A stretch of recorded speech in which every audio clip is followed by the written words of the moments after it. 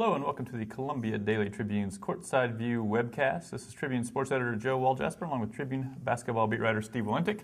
Steve, we are wrapping up the 2013 season. Missouri finishes up rather meekly. They go to the NCAA tournament, lose their first game 84-72 to Colorado State. Didn't put up a whole lot of a fight. Let's just briefly touch on that game because I don't think the Tigers were overly interested, so maybe the viewers won't be either. But I guess maybe the surprise of that game was, both teams came in with a reputation as being great rebounding teams, and then it got super lopsided in that category. 42-19, I believe, was the totals, which seemed to me to be kind of indicative of which team actually was interested in playing in the game.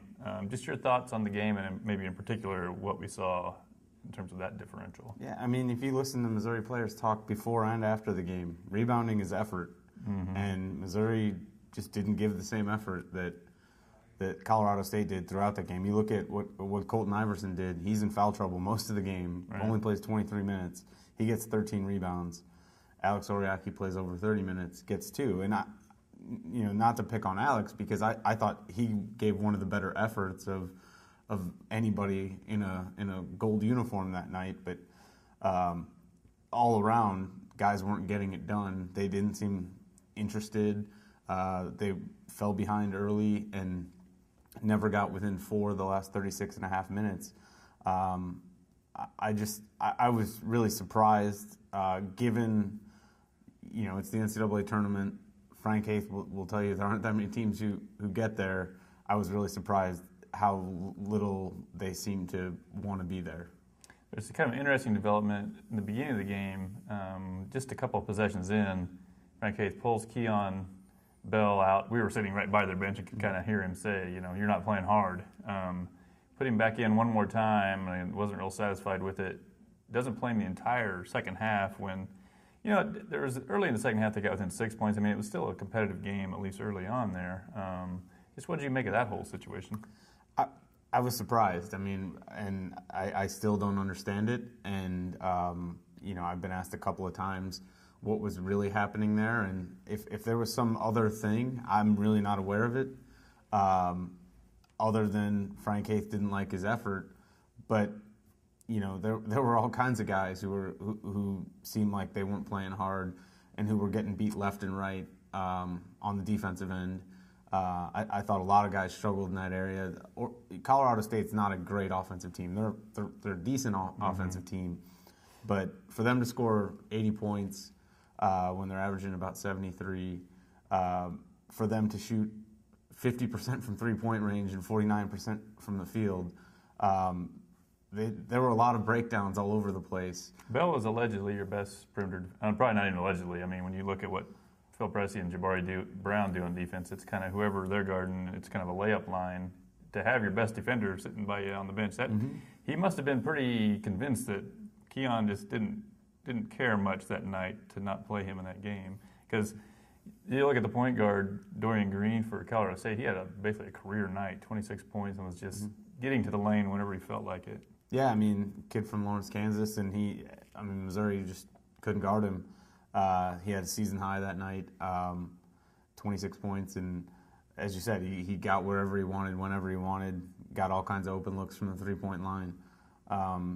And again, maybe Keon wasn't playing hard, and we should mention after the game he didn't seem the least bit upset about it. He didn't seem to care that he wasn't playing in the last half of his college career, but and he had been benched at times throughout the season. There were games in there where suddenly... You go back to the SEC opener against Alabama, he plays 4 minutes in that game. But at least at that point, you feel like Frank Haith's trying to send a guy a message. What message are you sending to a player whose eligibility is over whenever the whistle blows? Frank Haith also questioned why he didn't play at LSU. I think he thought he could have played with that shoulder injury and didn't. Some of the comments he made after that game were very similar to the comments Gary Pinkel made about James Franklin, as if he chose not to play, kind of that sort of thing. So I think there was a little bit of, I don't want to say there's friction between the two of them, but I think there was questions on Frank Haith's part, more than just that one day about how intuit Keon was. I think that's fair, and it's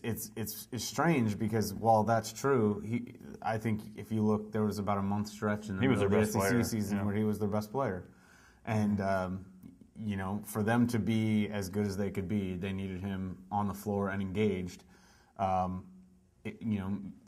Frank could well be right that he wasn't engaged, but that's unfortunate for Missouri.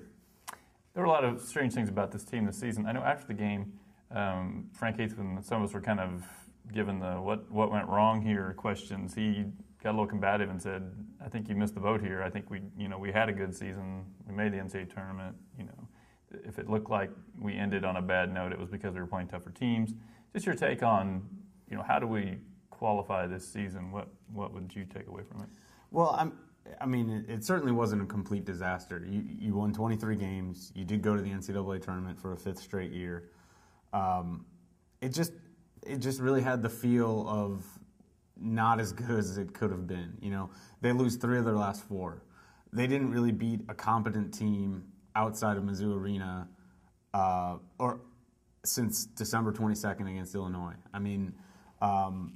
You look at the road wins, the 2 road wins in conference, those were against really, really awful teams. They beat a really bad A&M team in Nashville, and then they threw away a game that they could have won against Ole Miss. They threw away games that they could have won against Tennessee and Texas A&M and LSU. The list goes on. I think there's an unsatisfying feeling with this season because the talent was probably not as good as it was hyped up to be before the year, especially by a lot of national people.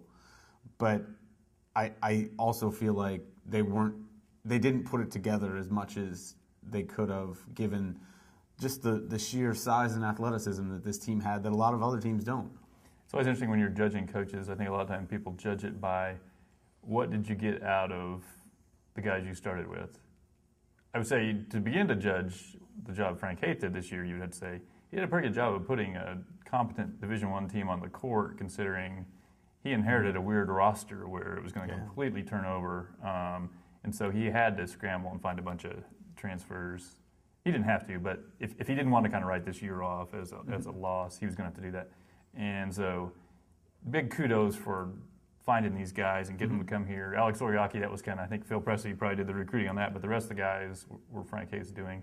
So he did a great job, I thought, of building a potentially really good roster. And I think what you saw from them early in the season, when everybody's just kind of finding themselves, is other than Louisville, which may end up winning the whole thing, Missouri was pretty good. They beat VCU, which turned out to be a good team. They beat Illinois. These are teams that won a game in the NCAA tournament.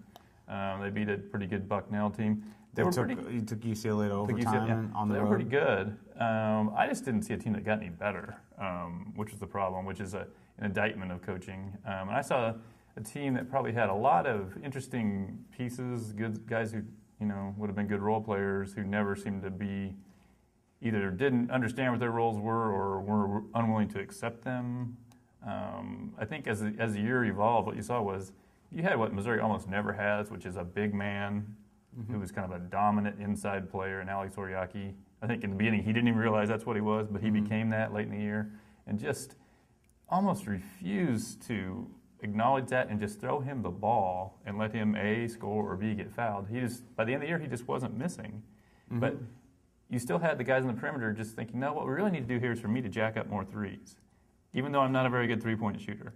And that's not just Phil Presley, that's Jabari Brown, that's Ernest Ross. It's a lot of those guys. And it's just like, I guess to think this was a really good coaching job, you'd have to say, well, he was able to get through to these guys in a way that they can understand, A, here's our best player, get him the ball, and B, if you want to win in these games, you're going to have to play a little defense too. And that was something that they never did the whole year, nor last year really. I think that's something that, realistically, and it's something that he was never really known for at Miami. I think that's one area going forward where they're really going to have to find a way to make it more important to play defense, or you're never going to be more than, kind of an exciting, fun team to watch that's never going to go too far in the tournament. Yeah, you look at the teams that got top 3 seeds in this year's field. I think 11 of the 12 had top 30 defensive teams. Missouri was around 55. And that was an improvement over last year, but they also weren't the number one offensive team. They were still a pretty good offensive team, but they weren't the number one offensive team like they were last year. And even last year's team didn't do anything in the NCAA tournament. I think the teams that make the Final Four, the teams that are contending for titles, get after you defensively. If Missouri fans don't like to look at Kansas, but the reason that Kansas has always got a shot going into March is because Bill Self gets them to defend at an elite level every single year, no matter what they have offensively. Okay, well, tune in tomorrow when we will try to look ahead to what's up next for Missouri.